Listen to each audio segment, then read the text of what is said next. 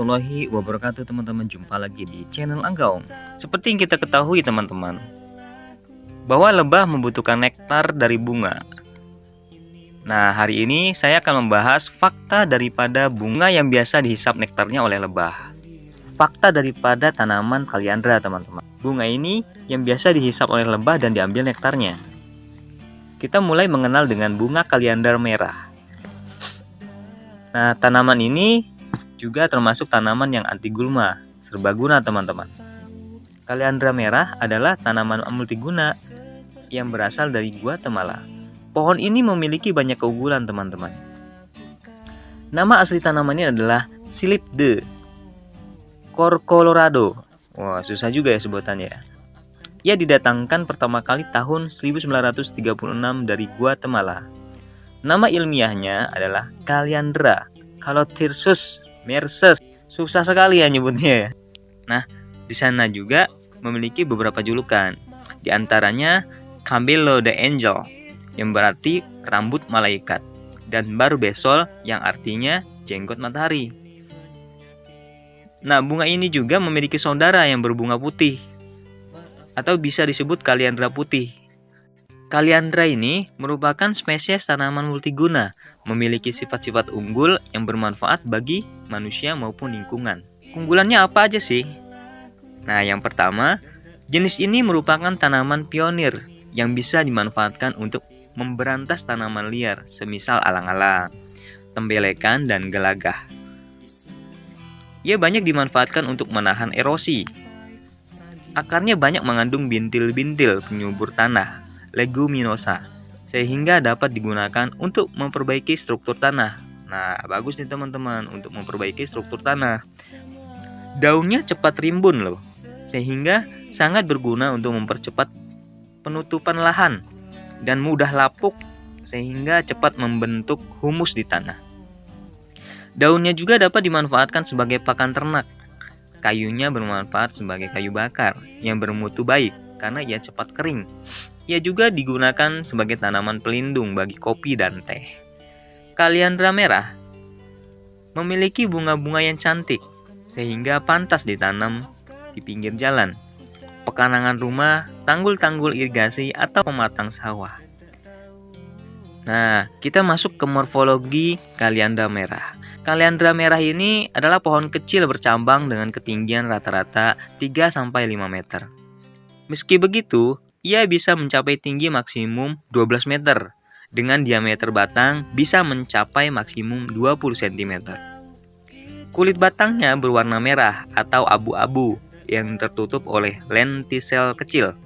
Makin ke pucuk, batangnya cenderung bergerigi. Pada pohon yang batangnya berwarna coklat kemerahan, ujung batangnya bisa berulas merah. Sistem akarnya terdiri dari beberapa akar tunjang dan akar-akar yang lebih halus dengan jumlahnya sangat banyak dan menjalar sampai ke permukaan tanah.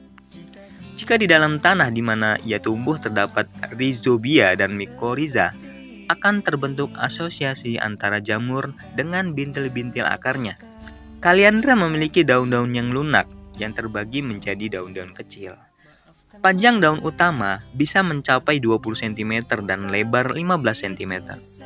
Pada malam hari, daun-daun ini melipat ke arah batang. Tangkai daunnya bergerigi dengan semacam tulang di bagian permukaan atasnya. Namun, ia tidak memiliki kelenjar-kelenjar pada tulang sekundernya. Nah, habitat kaliandra merah ini dapat tumbuh alami di sepanjang bantaran sungai. Ia dengan cepat akan tumbuh dan mengisi areal-areal yang vegetasinya terganggu, misalnya di tepi-tepi jalan. Namun tanaman ini tidak tahan berada di bawah naungan dan mudah sekali kalah bersaing dengan vegetasi sekunder lain. Di Meksiko dan Amerika Tengah, kaliandra tumbuh di berbagai habitat pada ketinggian permukaan laut sampai 1960 meter. Ia tumbuh baik terutama terdapat di daerah yang curah hujannya berkisar antara 1000 dan 4000 mm per tahun. Meskipun begitu, pada beberapa kasus ia juga dijumpai pada daerah yang curah hujan tahunannya hanya 800 mm per tahun. Kaliandra banyak terdapat di daerah yang musim kemaraunya berlangsung selama 2-4 bulan dengan curah hujan kurang dari 50 mm per bulan. Namun, pernah juga ditemukan spesimen yang tumbuh pada daerah yang musim kemaraunya 6 bulan. Tanaman ini tumbuh pada daerah dengan suhu minimum tahunan 18-22 derajat Celcius. Ia tidak tahan terhadap pembekuan. Ia hidup pada berbagai tipe tanah.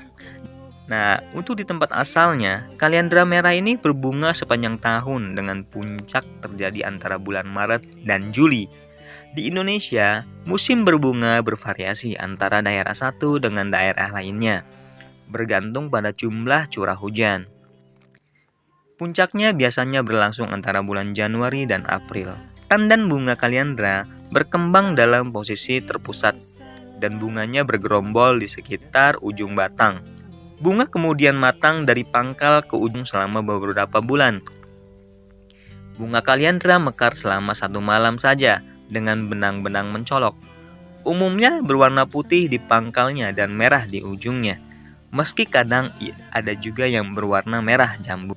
Sehari kemudian benang-benang ini akan layu. Bunga yang tidak mengalami pembuahan pun akan gugur. Polongnya terbentuk selama 2-4 bulan dan ketika sudah masak, panjangnya bisa mencapai 14 cm dan lebarnya bisa mencapai 2 cm. Biji kaliandra merah, polong kaliandra berbentuk lurus dan berwarna agak coklat. Polong tersebut berisi 8-12 bakal biji yang akan berkembang menjadi biji oval yang pipih. Permukaan biji yang sudah matang berbintil hitam dan coklat, terdapat tanda yang khas berbentuk ladam kuda pada kedua permukaannya yang rata. Biji yang sudah masak panjangnya bisa mencapai 8 mm. Bila ditekan dengan kuku, ia akan terasa keras. Di tempat asalnya, puncak musim biji terjadi antara bulan November dan April. Sedang di Indonesia biasanya antara bulan Juli sampai November. Pada saat polong mengering, pinggirannya yang tebal mengeras sehingga polong merekah mendadak dari ujungnya. Bijinya lantas keluar dengan gerakan berputar dan bisa terpental sejauh 10 meter. Kecambah kemudian akan tumbuh dengan kedua keping biji muncul di atas permukaan tanah. Daun pertamanya hanya memiliki 1 sumbu yang menjadi tempat tumbuh helai daun. Namun daun berikutnya terbagi menjadi sumbu-sumbu sekunder. Bijinya memerlukan proses klasifikasi seperti merendam biji dalam air dingin selama 48 jam. Penggunaan air panas dapat menyebabkan biji mati.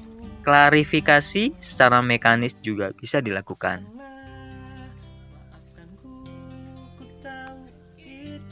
Penanaman kaliandra merah dapat dilakukan dengan cara menyemai langsung biji yang telah diklarifikasi pada kedalaman 1-3 cm atau dengan memindah tanamkan bibit yang telah mencapai tinggi 20-50 cm dari tempat pembibitan. Bibit dapat ditanam berbaris dengan jarak tanam 3-4 meter.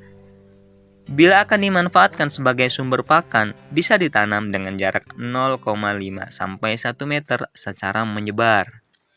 Penggunaan inokulasi mungkin bermanfaat pada daerah baru ditanami. Pertumbuhan awalnya lambat, namun pertumbuhan selanjutnya sangatlah cepat. Ia akan mencapai tinggi 3-5 meter dalam 6 bulan.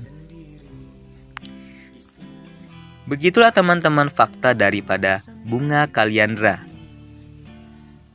Semoga bisa bermanfaat dan kita ketemu lagi di konten berikutnya. Wassalamualaikum warahmatullahi wabarakatuh. Sendiri di sini merenung sampai pagi. Masih adakah maaf darimu?